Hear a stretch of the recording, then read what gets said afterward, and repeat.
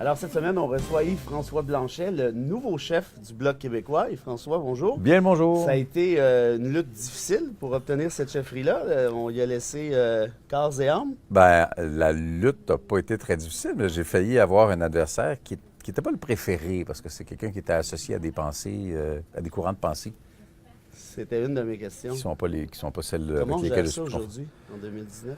À l'heure actuelle, j'ai rien à gérer. Le Bloc n'a pas l'air de contenir dans ses membres, en tout cas ceux que je connais qui sont actifs, là. Je prétends pas que l'organisation d'un parti qui a traversé la crise que le Bloc a traversée, ce soit Il n'y a rien de parfait. parfait on s'entend, partout, là. c'est sûr. Mais c'est pas un enjeu. Tu sais, les petits groupes un peu plus extrêmes qui ont envahi un peu les partis politiques dans des moments de vulnérabilité, c'est un problème qu'on n'a pas. On voit une espèce de politique d'entreprise là-dessus? Si jamais ça... Oh, Ça se pointe j'avais le nez. essentiellement des bottines avec des capes d'acier, là, mais j'avais pas. Non, j'avais pas de. Il n'y a pas de politique formelle. C'est juste qu'on serait pas très sympathique à l'idée. Ben, Je suis pas un anti-immigration, je suis pas un anti-diversité, moi. fait du Donc, bien, ça. mais là, ils sont. Tu as les méchants qui vont te dire sur les réseaux sociaux que tu es un mondialiste. Ah, ben là, oui. ils ont décidé que le mot mondialiste, ça, là, c'est ils rentrent grave, dans ça. plein de vocabulaire Ça, c'est qui grave. ne maîtrisent pas toujours. Ils rentrent dans plein de vocabulaire, puis là, ils décident que ça vient de devenir une insulte, puis souvent, tu as une petite patte de loup à côté, là, c'est très l'espèce sympathique. de sophisme de l'homme de paille, essentiellement. On caricature. Oui, en plus. Oui, Facilement. tu es au service du gros capital. Vous avez été ministre lors du gouvernement Marois, ministre de l'Environnement notamment. Le dernier ministre du Parti québécois, en fait. Ben, du Dans le gouvernement, du Parti oui. québécois, dans ce gouvernement-là. Les enjeux rattachés à l'environnement au moment où on se parle, 2019. C'est quasiment les mêmes. Moi, pas changé tant que depuis ça, ma hein? période où j'étais... Quand tu es ministre, tu fais partie d'un gouvernement. Un gouvernement se donne des orientations, puis toi, à l'environnement, tu veux être le meilleur chien de garde possible, et c'est jamais absolu. Étiez-vous prédisposé à ce job-là? Ben, j'avais été président du Jour de la Terre, j'avais des convictions environnementales. À la limite, je dirais que je suis aussi militant écologiste de la moitié intellectuelle de mon cerveau ou rationnel que je suis militant indépendantiste de Ah, la c'est vrai? moitié émotive de mon cerveau. Ah ouais? Le sentiment, l'engagement purement émotif envers l'indépendance, c'est sûr que ça vient de loin. C'est sûr. Tu sais, j'ai encore les phrases de René Lévesque en tête. Puis tout. Tandis qu'au niveau environnemental, Plus rationnel. c'est plus rationnel pour moi. C'est plus intellectuel comme démarche. Ça suscite pas le même type de passion.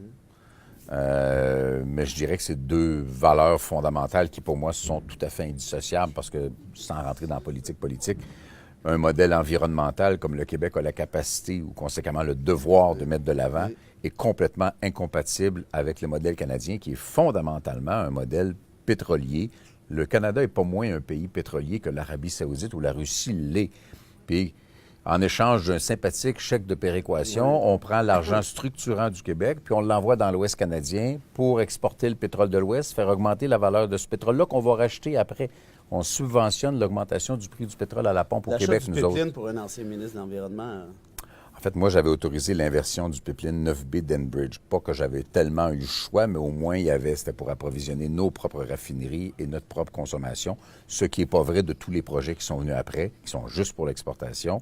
Pas que j'étais super confortable, mais c'était un peu moins pire. Là, ça, c'est un jeu de... Mais Trans Mountain payait 4,5 milliards pour un oléoduc qu'on aurait dû payer moins cher en partant, sur lequel il va falloir ajouter un 9,5 milliards, ça avant les dépassements de coûts et toute espèce de magouille et d'intrigue cachée, plus 2,7 milliards en programme existant, 1,6 milliards en garantie de prêts de différentes natures. Il y a à peu près 19 milliards là, qui s'en vont dans l'Ouest, Pour un beau pipeline. dont à peu près 4 milliards qui viennent du Québec. Vous avez repris la tête du Bloc québécois à un moment où on pensait, moi notamment, que celui-ci était peut-être pas mort et enterré, mais quasi mort et sur le point de la morgue.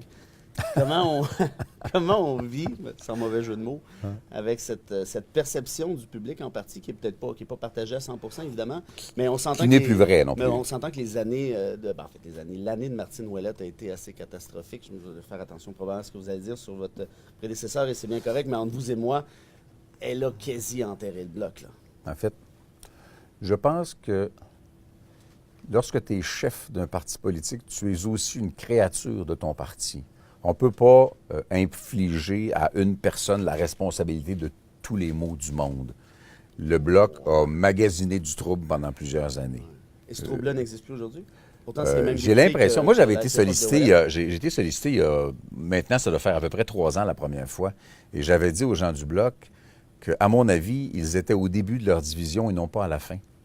Et lorsque je suis L'histoire vous a donné revenu, raison. mais je m'en donne pas le mérite parce que quand je suis revenu, les 10 députés du Bloc étaient déjà redevenus un seul caucus qui réapprenait à travailler ensemble malgré les tensions extrêmes qu'ils avaient connues. Il y avait une maturité là-dedans qui avait quelque chose de rassurant. Si on ne se raconte pas d'histoire puis on est le plus transparent possible, les chances d'accéder à l'indépendance à partir de 2019, ce Je serait... veux dire une chose et son contraire. Je pense qu'une idée comme l'indépendance, d'abord, doit apprendre au Québec de ses erreurs. Donc, on commence à avoir appris pas mal d'affaires. C'est pas sûr de ça. Et je pense qu'une idée de même, ça ne meurt pas. Tant qu'il y a une nation, il y a une possibilité d'indépendance. Parce que tant qu'il y a une nation, il y aura des gens pour considérer que c'est la conclusion naturelle. Maintenant, il faut assurément être capable de redéfinir le discours environnemental parce que les gens de ma génération étaient indépendantistes parce que la souveraineté était la conclusion naturelle de la Révolution tranquille. Aujourd'hui, pour les jeunes, ça ne peut pas être ça.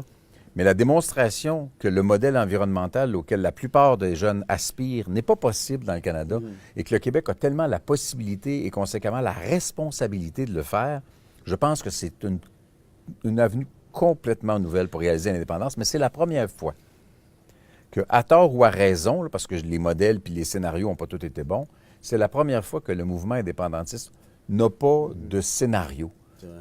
Il n'y a personne pour dire voici comment on va le Donc, de là, faire. une chose et son contraire. que vous dites Oui, tout à c'est l'heure, ça. Tu sais, on n'a pas. Ouais, je Puis moi, comprends. bien, encore une fois, je suis dans le Parlement étranger. Je ne vais pas dicter la volonté que moi, je pourrais avoir au Parlement de Québec, parce qu'un Parlement est toujours souverain. Mais il n'y a personne qui dit voici comment on va faire, voici quelle date, ça va être ça la question, puis il va faire soleil cette journée-là. Tu sais, on est allé trop loin dans cet extrême-là, mais au moins, on avait un plan, un scénario, une idée. Et là, pour l'instant, c'est très vague. Vous avez réglé, solutionné un dilemme qui me semblait simple à solutionner en disant, pour le Bloc, pour l'instant, on défend les intérêts du Québec, en même temps qu'on fera la promotion de l'indépendance. On vous souhaite...